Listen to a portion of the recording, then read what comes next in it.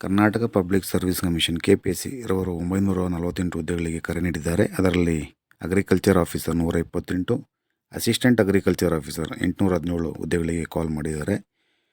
ಇವರ ವಿದ್ಯಾರ್ಥಿ ನೋಡೋದಾದರೆ BSc, BTech ಇನ್ ಫುಡ್ ಮತ್ತು science and technology, biotechnology, agriculture engineering ಮಾಡಬೇಕಾಗಿರ್ತದೆ.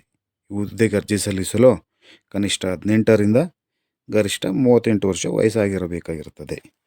ಹಾಗೆ SC STಗಳಿಗೆ 5 ವರ್ಷಗಳು, category 2A, 2B, 3A, 3B ರವರಿಗೆ 3 ವರ್ಷಗಳು, PWD ವಿಡೋ ಅಭ್ಯರ್ಥಿಗಳಿಗೆ 10 ವರ್ಷಗಳ ವಯಸ್ಸಿನ ಸಡಲಿಕೆಯನ್ನು ನೀಡಿರುತ್ತಾರೆ. ಶುಲ್ಕ ನೋಡೋದಾದರೆ SC ST ಕೆಟಗರಿ 1 PWD ಅಭ್ಯರ್ಥಿಗಳಿಗೆ ಯಾವುದೇ ಶುಲ್ಕ ಇರುವುದಿಲ್ಲ. ಎಕ್ಸ್ ಸರ್ವಿಸ್ಮೆನ್ ಕ್ಯಾಂಡಿಡೇಟ್ಗಳಿಗೆ 50 ರೂಪಾಯಿ, ಕೆಟಗರಿ 2A, 2B, 3A, 3ಗಳಿಗೆ 300 ರೂಪಾಯಿ, ಜನರಲ್ ಕ್ಯಾಂಡಿಡೇಟ್ಗಳಿಗೆ 600. ಆನ್ಲೈನಲ್ಲೇ ಪೇಮೆಂಟ್ ಮಾಡಬೇಕಾಗಿರ್ತದೆ. ಎಕ್ಸಾಮ್ ಕನ್ನಡ ಲ್ಯಾಂಗ್ವೇಜಲ್ಲಿ ಇರ್ತದೆ, ಕಾಂಪಿಟೇಟಿವ್ ಎಕ್ಸಾಮ್ ಇರ್ತದೆ.